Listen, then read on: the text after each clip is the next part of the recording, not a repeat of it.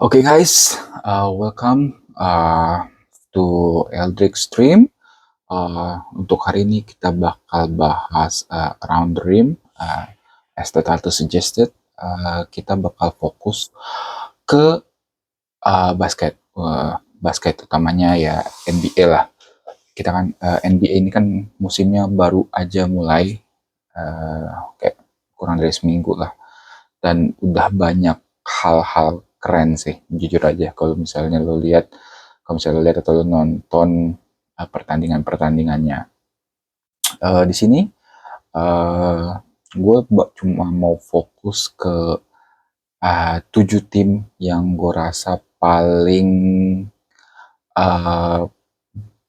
paling menarik lah, ataupun paling punya potensi lah, yang mungkin some ada yang surprising, some ada yang disappointing, uh, tapi kita akan coba bahas satu-satu lah. Oke, gue mau bahas yang pertama itu soal San Antonio Spurs. Jujur gue senang banget kalau bahas Spurs ya, karena Spurs juga tim favorit gue dari gue masih muda lah, masih kecil. Ya, gue biasa main game tuh, gue lihat mainin Tony Parker, Ginobili segala macam, sampai gue sekarang lihat kayak mereka mulai bangkit. Itu gue senang banget jujur. Yang pasti sih emang kuncinya ya satu, Wembe Nyama itu. Gila sih emang. Gua ngelihat mereka main itu kan kalau nggak salah udah 4 pertandingan ya, termasuk terakhir lawan Raptors. Jadi mereka punya rekor 4 kali kemenangan. Wah, waktu pas opening tuh, waktu hari Kamis, itu aja itu keren banget sih. Yang lawan Dallas kan, Dallas itu nggak bisa dibuat apa-apalah. Terus juga Anthony Davis loh, sekelas Anthony Davis aja nggak bisa ngapa-ngapain gitu. Maksudnya yang defense-nya itu bisa dibilang bagus ya. Interior defense-nya itu Anthony Davis udah cukup diakui lah. Tapi ya sama Wemby, wah gila, udah kayak dibocah-bocahin itu tuh si AD. Terus juga si Derek Lively juga yang biasanya nge-support itu kan, Dallas itu kan sebenarnya orang anggap mereka bagus ya, meskipun mereka bukan kandidat menang ya, kandidat utama untuk menang karena kan si Kyrie cedera. Tapi mereka juga cukup bagus karena kan ada si mereka akan fokus pada defense kan, which is kuncinya itu udah di Anthony Davis sama Derek Lively gitu. Tapi ternyata ya sama Wemby di ayam-ayamin gitu. Jadi wah, itu gila banget sih. Udah gitu Wemby tuh ya, dia tuh benar-benar sekarang dibanding kayak musim lalu. Yang musim lalu tuh dia tuh terlalu fokus kayak 3 point gitu, 3 pointnya dibanyakin gitu.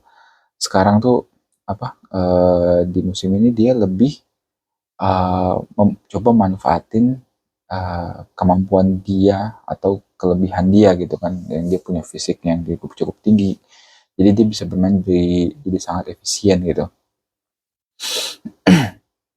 Aku nggak tahu apa mungkin itu ajarannya si biksu-biksu yang ketemu dia gitu atau gimana. Aku juga nggak tahu tuh, tapi gila sih UMB-nya sama tuh, segitu bagusnya. Udah gitu kan kalau soal defense tuh dia tuh tinggal kesana kemari, tinggal kayak ngeblok itu kayak gampang banget gitu, semua orang diblok. Pas lawan siapa ya yang dia dapat 9 blocks? Lawan Pelicans ya, nggak salah ya. Eh, Lawan Pelicans apa lawan uh, Nets ya? Lupa deh gua. Tapi ya gitulah. Maksudnya lawan lawan tuh sekarang jadi pada agak-agak takut lah untuk ketemu ketemu Wemby, soalnya untuk masuk ke inside gitu. Karena ada si Wemby gitu. Makanya pas tadi tuh, oh nggak, pas kemarin lawan yang si Nets, oh iya berarti 9 box tuh pas lagi lawan Pelicans. Nah pas lagi lawan Nets tuh nggak terlalu sering nyerang inside gitu loh, karena udah pasti ada bloknya gitu. Makanya kayak si Cam Thomas tuh lebih fokus kayak hazy twin twin kayak dari luar gitu, dibanding dia uh, main inside kayak gitu. Jadi apa, impactnya Wemby itu bagus banget sih. Gue ngeliat mungkin dia bisa jadi MVP. Kalau untuk DPOY itu fix sih. Kayaknya nggak ada yang DPOY se overwhelming ini sih. Maksudnya yang apa, pemain yang ketika masuk uh, orang udah pasti jadi wary gitu, jadi hati-hati karena hati-hati untuk nyetak poin gitu. Nah itu cuma WMB doang yang saat ini gue lihat. Terus untuk kayak Spurs juga, kayak si rookie-nya tuh si Dylan Harper, dia juga cukup solid kata gue. Dia udah ngasih lihat beberapa glimpse kalau dia ini bakal bisa jadi bintang. Dan uh, dia sekarang kan posisinya itu jadi nggak starting ya, posisi six man ya. Nah ini juga sebenarnya kalau kata gue sih bagus sih, karena bisa jadi dia masuk ke tren uh, untuk menangin Rookie of the Year sama Six Man of the Year gitu. Wah, kalau sampai itu terjadi sih gokil sih, gokil sih. Maksudnya aku ngeliat ada perkembangan lah, dan emang kan kayaknya Dylan Harper bakal difokusin untuk ngelit second unit kan. Jadi ketika si Wemby sama Castle istirahat itu, si Dylan Harper yang bisa take over lah, take control of the game lah. Jadi gue rasa itu cukup bagus juga. Stephen Castle dia juga mainnya cukup solid. Dari musim lalu kan dia jadi juara Rookie of the Year. Lalu kalau ngelihat Stephen Castle tuh, pokoknya setiap pemain yang dapat penghargaan kalau nggak salah itu MVP, DPOY sama Rookie of the Year, itu bakal dapat kayak patch gold gitu, edisi-edisi khusus lah. Jadi mereka selama satu musim bakal dapat patch gold. Jadi termasuk si Stephen Castle gitu. Dan yang paling gokilnya tuh sekarang tuh masih banyak pemain yang masih cedera gitu kan. Kayak si Jeremy Sohan, dan utamanya ya si De'Aaron Fox, karena De'Aaron Fox uh, jujur mungkin kayaknya si Spurs ini nggak expect kalau mereka bakal dapat second pick. Makanya kita kita apa, Spurs nih trade De'Aaron Fox, dan kita lihat perpanjang kontrak dia, dapat yang cukup solid lah. Gue nggak tahu, mungkin nanti di Desember bakal, kalau misalnya cukup ini bakal ada trade. Kalau misalnya sampai ada trade, mungkin kayak nyari wing uh, yang kayak wing solid gitu. Meskipun kalau kata gue sih sekarang wingnya udah cukup solid sih, kayak Devin Vassell itu juga cukup bagus. Keldon Johnson kemarin mereka trade terus ke kayak Julian Champagne. Jadi kayak mereka tuh kayak tahu posisinya gitu, jadi spot up shooter atau dapat kayak three point gitu. Tuh sumpah, aku ngeliat kayak susah banget kayaknya untuk bilang kalau Spurs itu bukan kandidat juara. Mungkin satu-satunya alasan cuma bisa bilang kayak mereka terlalu muda atau minim pengalaman. Tapi kan kalau dilihat Thunder musim lalu ya mereka juga muda gitu, dan enggak ada ya, dan enggak, dan pengalamannya baru itu doang gitu. Mereka bisa juara gitu kan. Ya kalau kata gue sih sekarang sih eh udah waktunya untuk masukin Spurs jadi salah satu kandidat juara NBA lah. Jadi ya Wemby udah bukan future lagi, Wemby is now, kayak dia udah pasti datang gitu. Oke, selanjutnya mungkin aku mau bahas defending champs, which is Thunder. Ya, kalau ngelihat si Thunder ya, coba gue buka statsnya sedikit.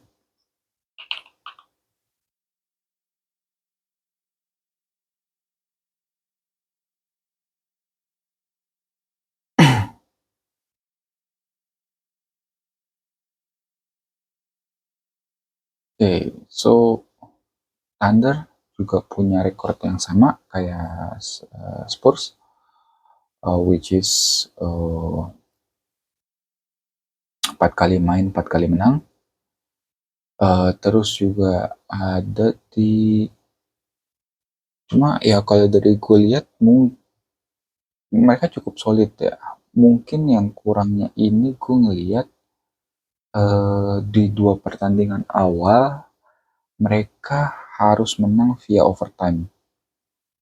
Itu menurut gue kurang begitu bagus sih. Ya itu mungkin jadi concern ya, karena itu menandakan bahwa mereka ini enggak sedominan itu gitu. Bahkan mereka tuh ngelawannya siapa ya? Oke lah kalau misalnya pertama lawan Rockets ya, which is itu juga tim bagus. Tapi yang kedua itu kan lawannya Pacers yang sebenarnya tanpa si Tyrese Haliburton, dan mereka harus lewatin overtime dulu gitu. Jadinya ya meskipun di overtime itu si siapa Shea bisa nyetak 55 poin, tapi ya pada akhirnya menurutku itu jadi salah satu concern. Itu artinya kayak uh, nggak susah tandanya untuk nyetak poin ke OKC. Berarti kayak si Chet pun nggak semengerikan Wemby lah uh, dalam soal kayak presence-nya di inside the paint. Nah, tapi ya balik lagi, kalau misalnya lu itu juara bertahan, otomatis lu harusnya paling terdepan gitu. Apalagi kan based on record masih unbeaten ya. Intinya ya kalau lu belum bisa ngalahin defending champ, ya defending champ masih jadi nomor 1 gitu di power ranking. Itu menurut gua. Jadi at the end of the day, SGA, Chat, dan Thunder tuh masih cukup masih bisa dibilang kayak tim nomor 1 lah di NBA, karena mereka defending champnya dan belum ada yang ngalahin mereka sampai sekarang. Dan untuk kayak apa, 2 pertandingan setelah itu juga ya mereka lancar-lancar aja sih. Maksudnya kayak lawan Hawks mereka menang 117-100, terus juga yang terakhir tuh dia lawan Mavericks. Mavericks juga ya cukup menang cukup meyakinkan lah, mungkin 100-194. Tapi mungkin ya gue nggak tahu nih, mungkin kita bakal bahas Mavericks abis ini. Tapi kalau dari yang gue lihat, lawan-lawannya sih di antara semuanya yang rada menantang cuma si Rockets doang gitu. Kayak Pacers, Hawks tuh ya tim-tim B aja lah gitu. Dan Mavericks yang harusnya bagus ternyata masih kurang juga gitu. Jadi overall belum ada yang emang benar-benar menantang lah buat OKC. Paling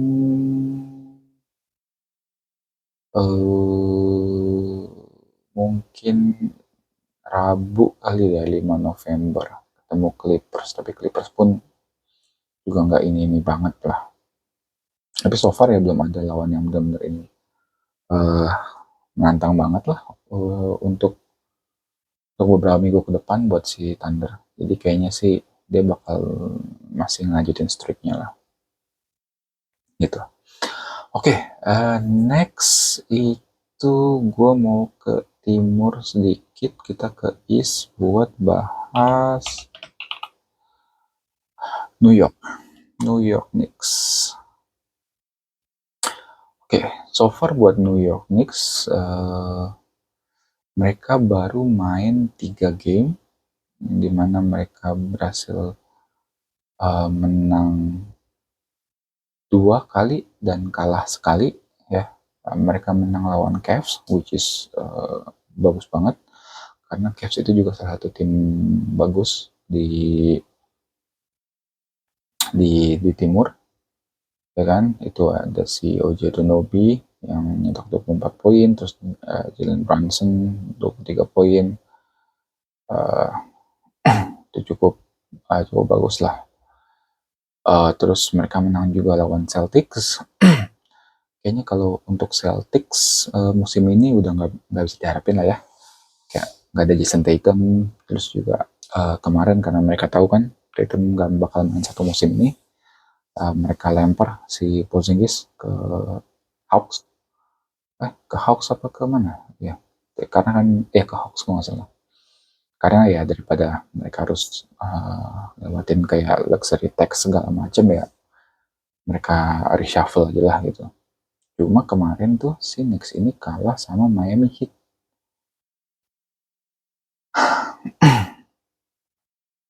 Kalah sama Miami Heat, which is a bit of shame ya, mereka bisa kalah sama Heat. Cuma ya kalau ngelihat kayak sekarang itu kan si Knicks ini baru ganti pelatih ya, mereka ngambil si Mike Brown. Mike Brown ya udah cukup malang melintang lah, mereka sempat Mike Brown sempat megang beberapa tim, dan mereka sempat di Lakers juga, sempat megang Warriors juga waktu si Steve Kerr kayak sakit atau apa gitu, di kayak sementara megang, which is bagus juga. Kalau dilihat sih sebenarnya secara defensive ratingnya itu cukup bagus, kayak masuk top 5 lah di defense rating percentage-nya gitu. Dan apa namanya, kalau lu nonton Knicks, si Mike Brown nih sistemnya itu dia kayak apa, positionless defense, jadi kayak lu rotasi terus gitu, dan bisa ngecover siapa aja. Jadi ya itu kayaknya cukup ngebantu banget buat si point guardnya si Jalen Brunson. Nah, Jalen Brunson itu kan kayak uh, salah satu weak point lah dalam soal defense.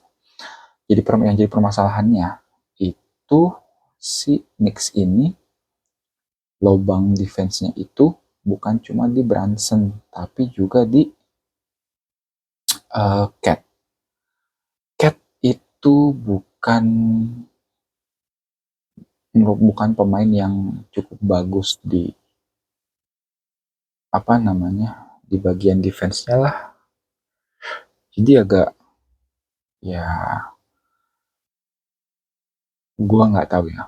Kalau dibilang New York, apakah New York bisa jadi hmm, kandidat juara kuat untuk menang NBA? Gua nggak tahu. Gua nggak bisa bilang iya atau enggaknya. Cuma at the end of the day, kalau misalnya NBA Championship itu apa namanya, Barat ketemu Timur kan. Nah sementara di Timur ini emang lagi lemah banget gitu di Timur. Jadi ya Knicks di antara semuanya dia bisa punya potensi gitu untuk kesana gitu. Jadi ya untuk nyampe ke finals ada potensinya, tapi untuk juara gue nggak yakin apakah mereka bisa menang lawan tim-tim barat lah, tim-tim barat itu terlalu banyak banget pemain bagusnya, dan aku nggak yakin New York Knicks punya kemampuan itu. Dan ya, we'll see lah, we'll see lah. Oke, next itu ada Denver Nuggets. Denver, ya dia kalau lo ngelihat, ya intinya poinnya dari Jokic lah ya. Jokic dari kemarin main, dia itu selalu emang jadi pemain yang cukup stabil sih. Maksudnya kerjaannya triple double terus juga based on record sama kayak si Knicks 2-1 di game pertama mereka kalah dari Warriors, which is a bit of a shame ya. Ya Curry bisa 42 poin gitu. Dan waktu kemarin itu si Aaron Gordon bisa dapat 50 poin, 50 piece. Dan si Jokic-nya kayak biasa dapat triple double lah. Itu ngeri banget sih. Terus mereka ketemu Suns sama Timberwolves. Ya Suns lalu nggak perlu pikirin lah, Suns sudah hancur gitu kan. Udah nggak ada yang bisa diharapin sama sekali sama Suns. Dan terus untuk yang mungkin kemarin lawan Timberwolves agak-agak ini juga sih. Cuma kemarin juga Timberwolves juga mereka main tanpa Anthony Edwards. Jadi ya wajar aja lah si Nuggetsnya menang ya. Dan ya udah gitu. Jokic kayak biasa triple double, triple double, triple double. Dan kalau lihat itu Nuggets itu merupakan tim yang paling stabil menurut gua. Jadi kayak on satu game bisa yang meledak si Aaron Gordon, terus game lainnya yang meledak jadi Jamal Murray. Jamal Murray kan nyetak 40 something point pas lagi lawan Timberwolves. Ya, jadi kayak X factor-nya mereka macam-macam. Tapi satu hal yang pasti, motornya itu kuncinya dari si Joker. Jadi kayak Joker ya, udah Mr. Triple Double, mereka uh, dia yang gerakin segala macam, dan pemain-pemain sekitarnya itu ya uh, jadi ada yang meledak-meledak gitu kan. Kayak assist percentage-nya aja mereka dia bisa dapat kayak mungkin setengahnya, 50%-nya. Itu bagus banget sih. Terus juga mainnya tuh efisien banget lah. Kalau melihat dari kayak mungkin top 3 kali ya. Nah, cuma emang si second unit ya nggak sebagus musim lalu, karena sih ya nggak sebagus, karena ya mungkin kehilangannya si zaman zamannya Bruce Brown dulu kan, kayak second unit tuh ini banget gitu. Dan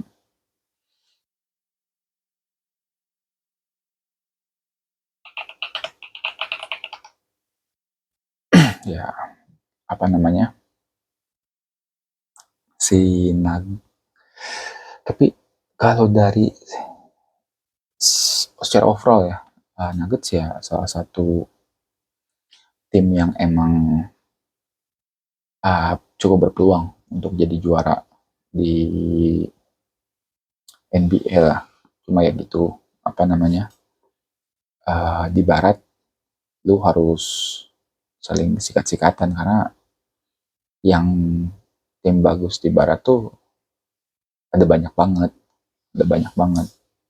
Ya kan, kayak tadi aja gue udah sebut kayak ada Spurs, ada Thunder yang jadi juara bertahannya, terus ada Nuggets lagi, terus ada beberapa tim lagi lah yang menurut gue bagus ya, kayak Rockets kan tadi gue baru bilang.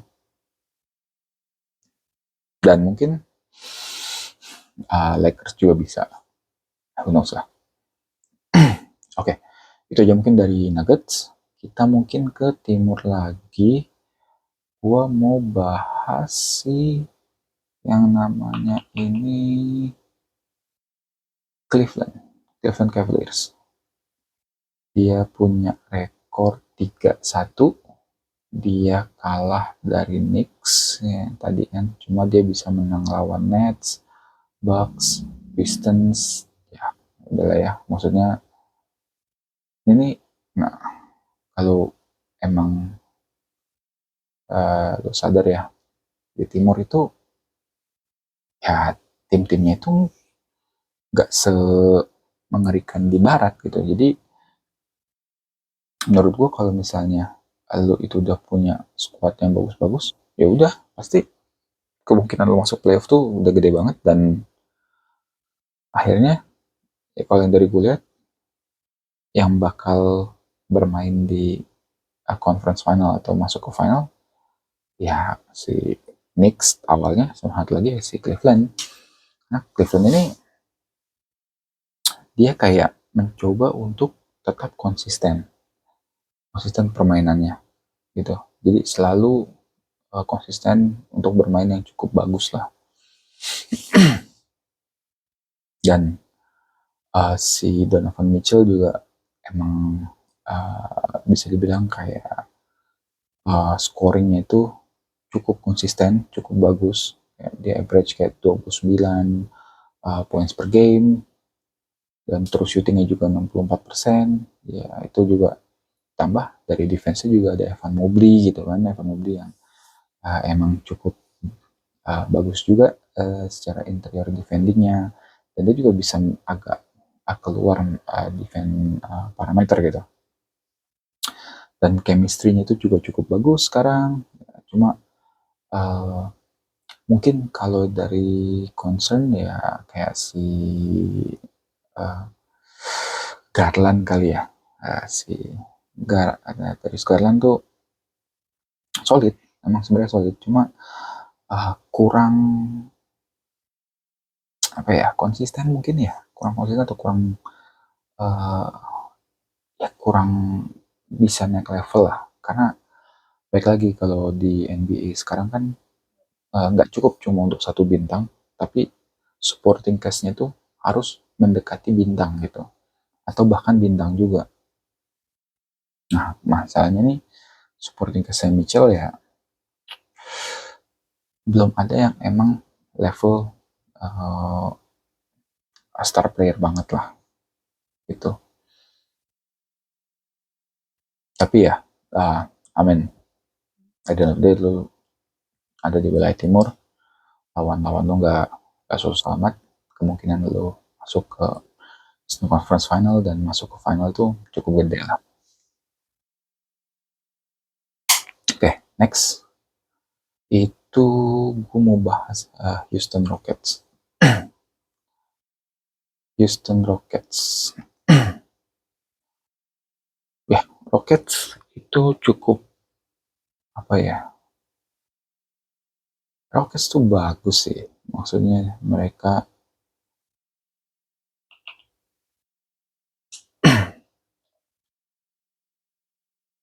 sebenarnya, gue ngelihat narik KD itu cukup bagus. Cuma ya gue ngelihat uh, ada sedikit hal yang mungkin kurang kali ya, yang mungkin bisa di-adjust. Uh, Maksudnya gini, kayak di awal ya mereka tuh kalah overtime lawan Thunder gitu kan. Lihat kayak ada si Sengun, Dede apa dapat kayak 39 poin, terus juga KD, Stephen Adams, ada Amin Thompson. Kalau ngeliat dari line up-nya aja ya, kayak Sengun, Stephen Adams, Jabari Smith, KD, sama Amin Thompson. Ya kalau misalnya lihat emang kayak mereka tuh gede-gede banget ya. Cuma emang kurangnya nih saat ini ya, yang dari yang gue lihat, mereka belum nggak ada yang namanya true point guard. Nah, true PG-nya nih kayak nggak ada gitu loh, nggak ada yang namanya true PG. Jadi ya agak susah juga karena kalau lihat ya, Stephen Adams sama Sengun, ya kan, Stephen Adams sama Sengun ya udah center sama power forward. Sengun pun sekarang jadi power forward gitu kan, meskipun memang sebenarnya posisi awal dia asli dia kan itu uh, center gitu kan, dan karena ya karena mungkin keterbatasan pemainnya ya akhirnya dibikin begitu gitu. Makanya kemarin pas lagi lawan si Brooklyn, Sengun dibalikin ke center gitu jadi starting, pas pas jadi starting. Nah terus yang dimainnya itu si Josh apa Josh Okogie ya, Josh Okogie yang dijadiin